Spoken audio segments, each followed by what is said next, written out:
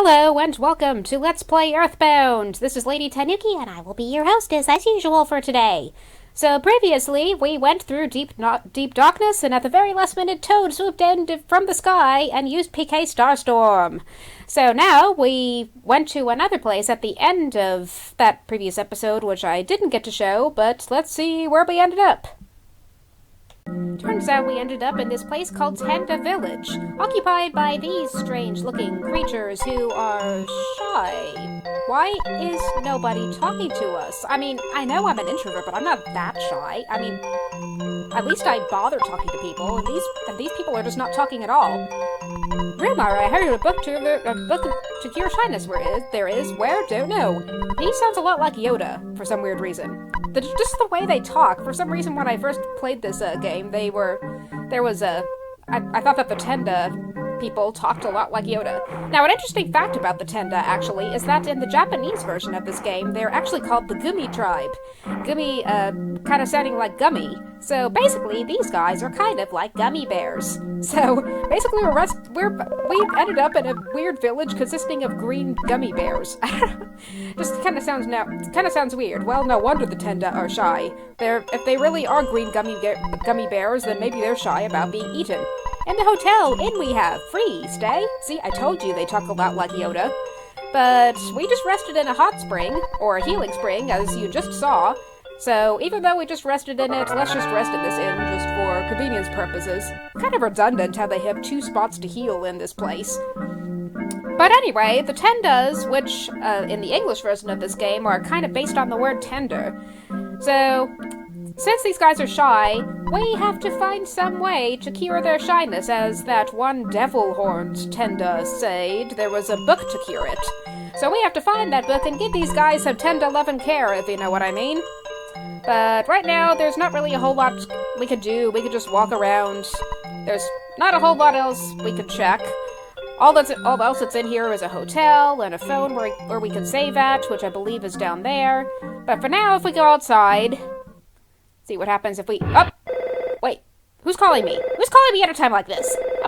What? Apple Kid? Okay. What does Apple Kid want?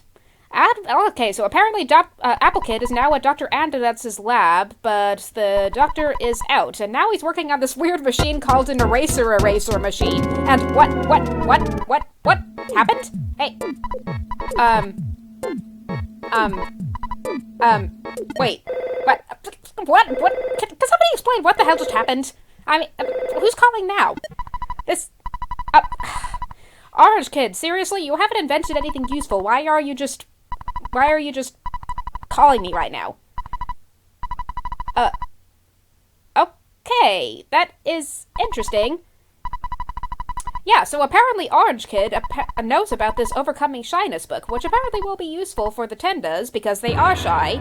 But Apple Kid, something weird has happened to him and he's in Winters. So we need to teleport right now to Winters in order to see Apple Kid, in order to hopefully get the Overcoming Shyness book from him, as Orange Kid kindly explained to us. Seriously, that's the first useful thing that Orange Kid did. And here we just tried to teleport, but failed. I think what I'm trying to do here, since I'm doing post-narration in this part, I think I recorded the footage for this part of the Let's Play, I think, several months ago. But yeah, a tornado teleport is what we need, because we don't have a lot of free space to roam around in.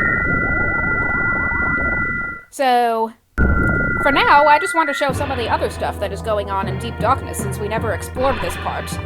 First of all, there's this monkey that wants to become a pig so that it can sniff out truffles.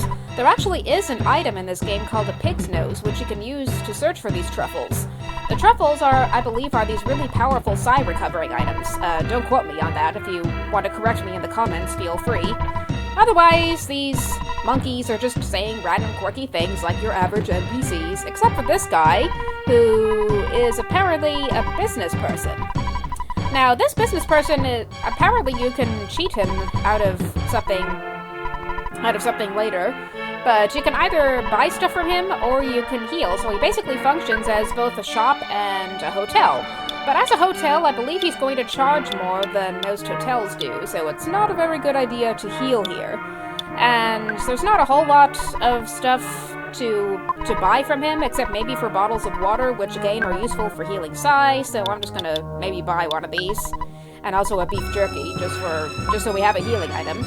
Unfortunately, because inventory space is so limited in this game, then we're not gonna have a whole lot of space to carry inventory items.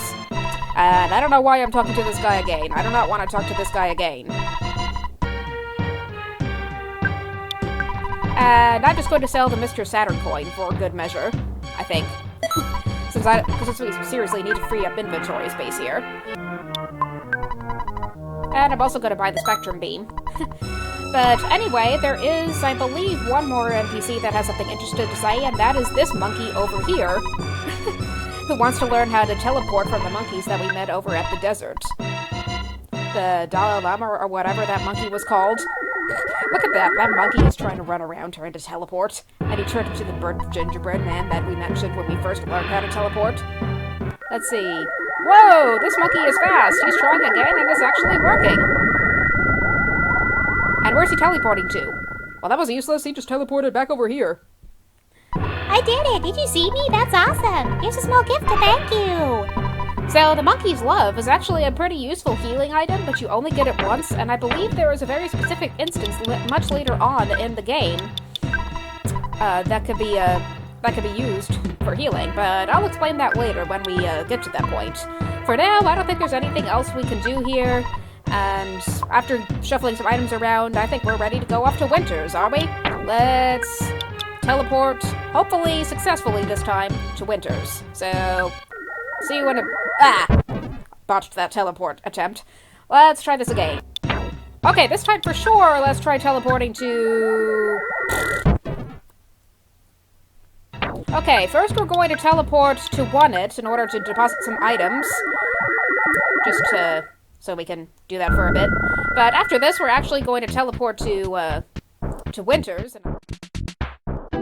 And here we are in Winters. We're at the north side of Lake Tess, and now we're going to ride on Tessie across the waters again. It's been a while since we did this, hasn't it? Now, I know it's been a while since I recorded some episodes of this Let's Play, so I'm just going to give a little recap on what happened. Basically, I've been caught up with a lot of real-life stuff. I've been trying to find a job. I've started a job, I've ended a job, and now I'm dealing with the stress of trying to find a new one, and that doesn't make any sense. And in the meantime, I've been trying to experiment with a new program to record a lot of these Let's Plays with. Before, I was just using Windows Movie Maker, which worked pretty fine for a while, but I guess didn't have a whole lot of features. And then I found this version of Adobe Premiere, which I used to record the previous episode, but that got very buggy and crashed a lot for some weird reason, so I decided not to use that as much. So now the program that I'm currently using is Power Director, which I actually got a free version of that with this video capture device that I got to record off of some game consoles in the future. So that's what I'm using to record now. But anyway, thanks Tessie, we really enjoyed your ride. So now that Tessie's gone, we can go and explore Winters. So what we're currently trying to do now is we're trying to get to Dr. Antonutz's lab, which remember is in the south of Winters, past the Brick Road Maze. But first, we have new enemies. And I think we actually encountered these new enemies before when we took a little detour to Winters earlier. These are Woolly Shamblers, Lesser Mooks, and Twirling Robos, I believe those were called. Anyway, so the Woolly Shamblers and the Lesser Mooks are weak to fire, and those Whirling Robo things are weak against lightning. The weird thing about these aliens is that they can cause a lot of status problems, as you can just see. I mean, look at that. Peach and Toad are already crying, and Luigi fell asleep during that battle. So these enemies can be pretty tough, so it's a good thing we're a little bit more prepared now for them than we were before, because before they were creaming the heck out of us. Now, although the Woolly Shambler is mainly weak to fire, ice, I believe, works on it too. So hopefully we can do that. But, Peak Star Storm actually is a really powerful technique, but I don't think it's really going to be that worth it to use it on these aliens here, because it does pick up a whole lot of PP. It's just like using the higher levels of PK coins. And the robots, and these aliens can still cause colds for some weird reason.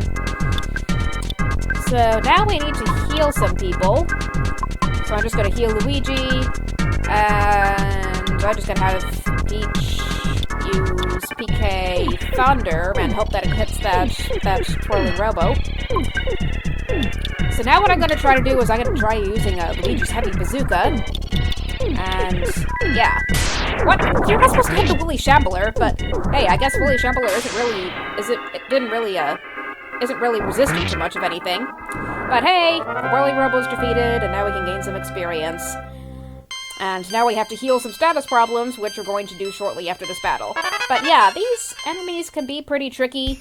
And in fact, we're about to be headed to another location where the enemies are even more tricky. So after we heal some status problems, we can get along here. So remember that cave that's up ahead? Let's fight some more enemies first.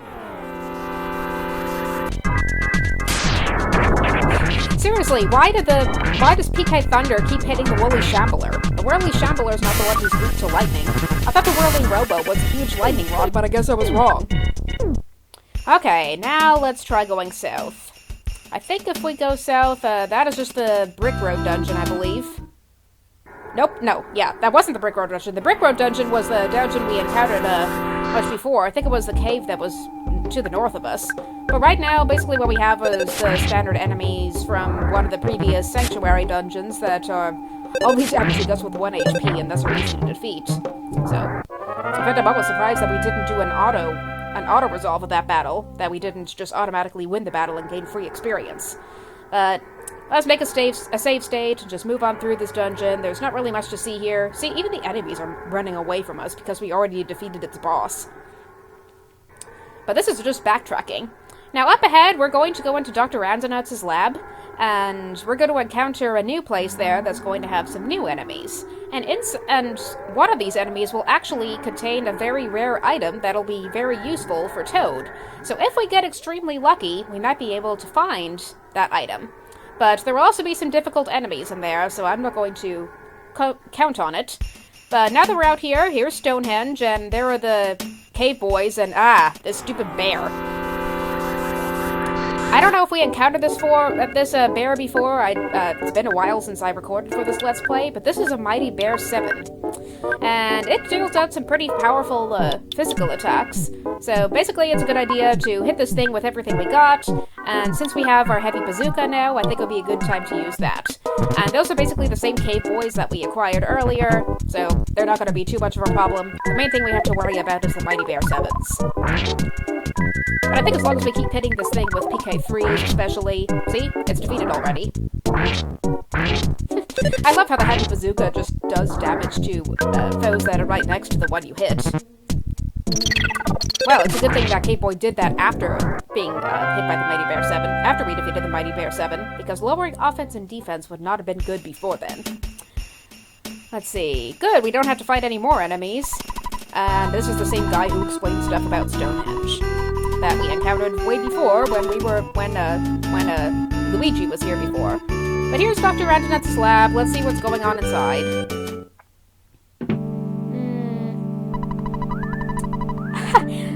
So, yeah, so this mouse is explaining the invention that Apple Kid came up with called the eraser. Now the interesting thing about this eraser is that remember the pencil statues that we encountered way back when in Peaceful Rest Valley, among other things, that had to be erased with a pencil eraser? Well, now there are statues of erasers. And if you recall, when we visited Winters earlier and we tried to go in this place below Stonehenge, we encountered such a statue. So the eraser gets rid of such a statue. So now that we're healed, we can go ahead and explore that area that requires the eraser. I don't know why I used it twice. But we can go there now, and I think we're all set. We should have everything we need to do that. But I don't think I'm going to have time to explore that base in the next video, so I'm just going to have to leave that for the next video. Ooh, there's a present. I didn't know there was a present here. And it's a broken pipe. That probably means it's something that Luigi can use. And does Luigi have it? Where'd it go? Where'd it go? Where did the broken pipe go? Oh, wait, I saw it. Wait. Oh, yeah. But anyway, I'm just going to shuffle the items around for a while, and in the next video, we're going to finally explore the cave underneath Stonehenge, in which we can hopefully find the Book of Shyness and rescue Apple Kid and everything. So the next episode will be a rescue mission, and I'm finally going to stop using old footage and start using new footage, meaning I could do live commentary again, which is what I'll be better at. So I'm going to end this episode really soon, but thank you for watching, and I'll see you later on Let's Play Earthbound.